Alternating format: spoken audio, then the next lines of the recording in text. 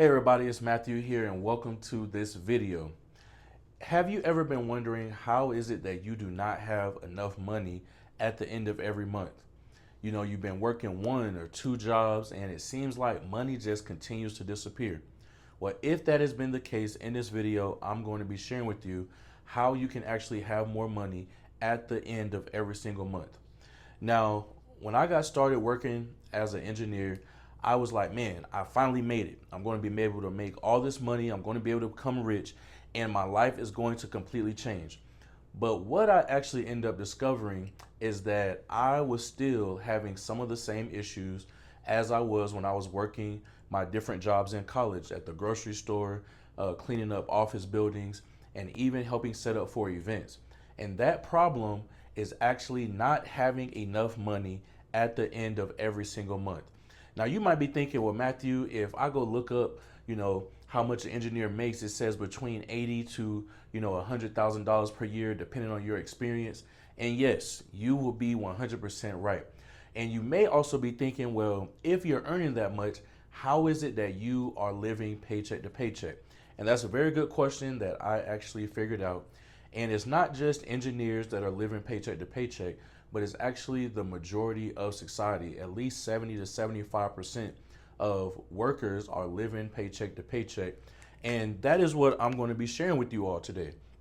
And what I actually discovered, which is this concept from Rich Dad Poor Dad, is that it's really about four different categories that you have to focus on. And the first category is actually what is called a balance sheet, which is your income versus your expenses. And then we have this sheet down here, which is actually your assets versus liabilities.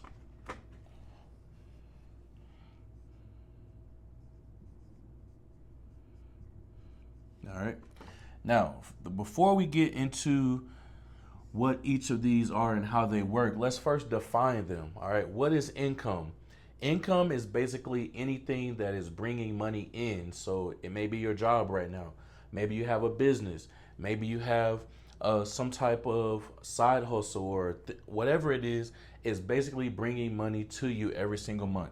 But for the majority of people, we're just going to start simple and we're going to say that it is a job, all right, a job.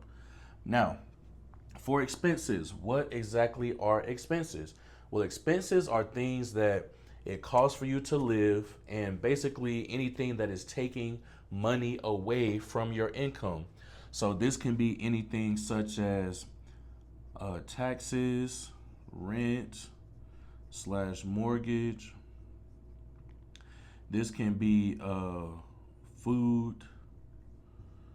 This can be utilities. And many more things, all right? So anything that's taken away from your income.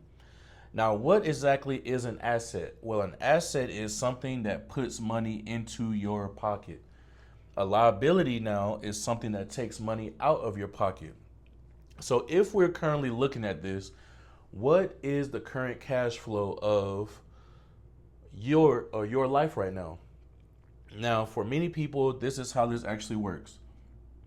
Their job brings them in money.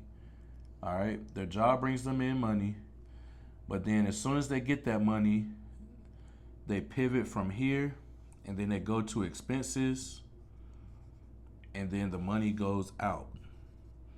So this is the stage. They have a job, the money comes in, then it goes to expenses, and then it comes out.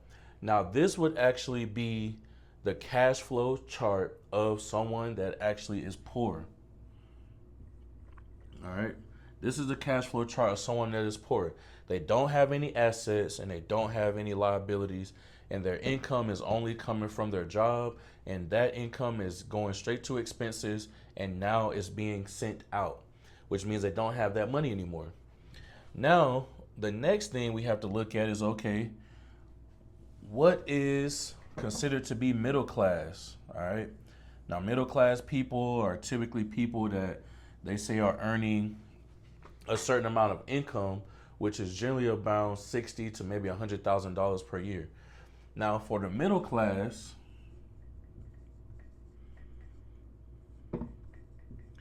the middle class actually has income, but when they get this income, they actually get it to go, and they also have expenses, but they have liabilities. And what are liabilities?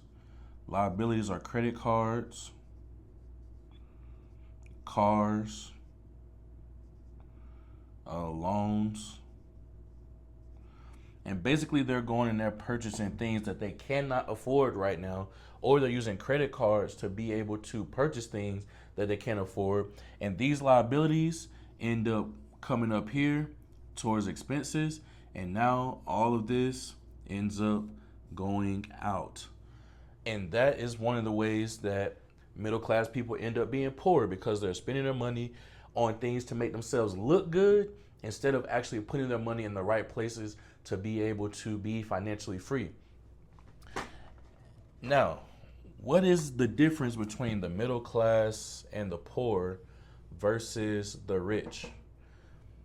And this is actually something that I had to study, and I was actually really shocked. And the difference is the middle class or the rich, what the rich do is the rich have money come in to here.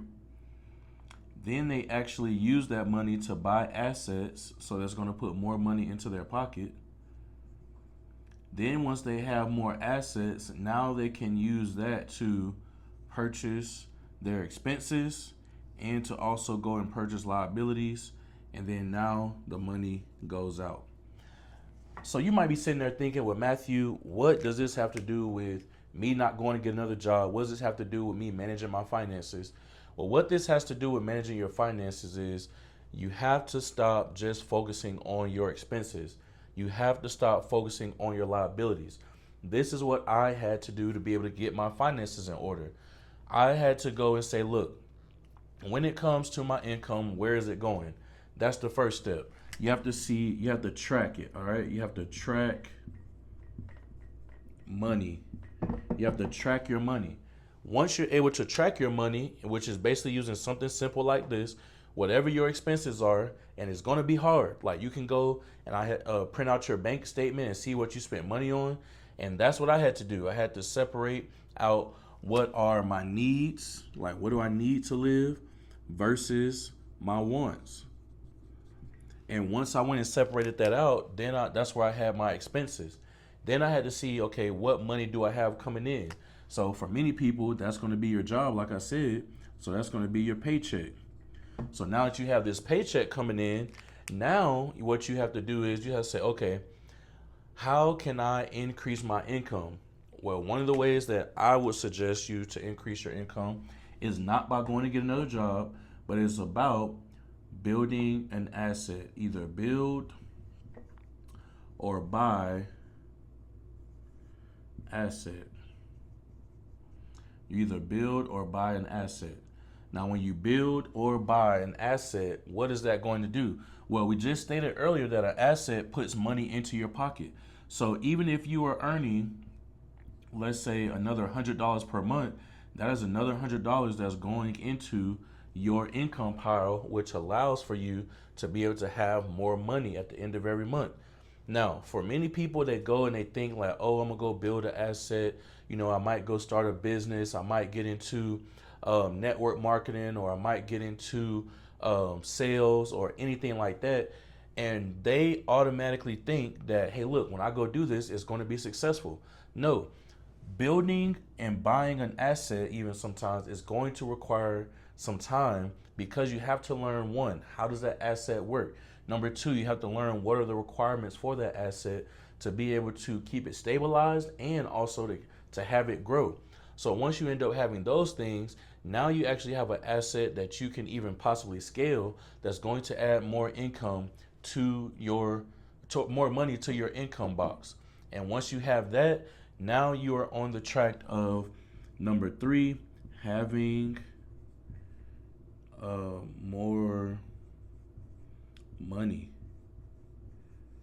So the things that you can control is you can control, your income coming in because you can go buy assets to increase it.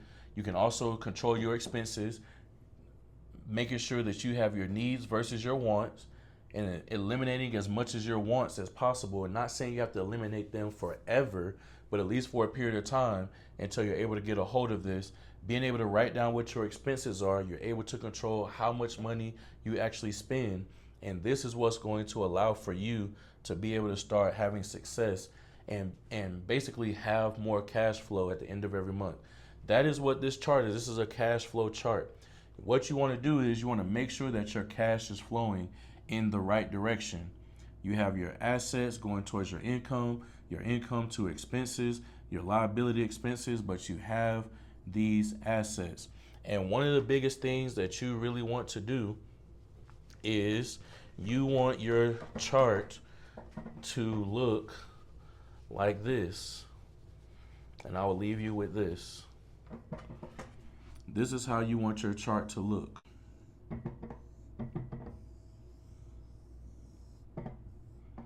So this is assets, this is liabilities, this is expenses, this is income. So the way that you want this to look is you want to be able to increase your income, you want to be able to lower your expenses, and then you want to be able to have many assets, and then you want to have low liabilities. So low expenses, low liabilities, you want to have an increase in assets and an increase in income. And you want to have this flowing here. And as you have this flowing here, kind of back and forth, then both of these are decreasing. So I hope that you were able to get some value from this video. If so, make sure you leave a comment, and I will see you in the next video.